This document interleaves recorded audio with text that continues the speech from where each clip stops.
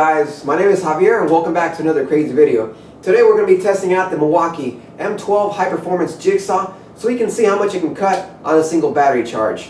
This is a follow-up video to the video I just released recently and isn't a review. If you want to see more about this, then definitely check out my separate video review.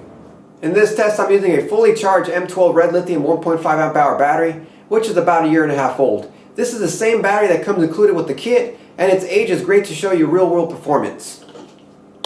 And as for the material we'll be cutting, it's a long piece of 1/2 inch OSB that is 5 3/8 inches wide all the way across.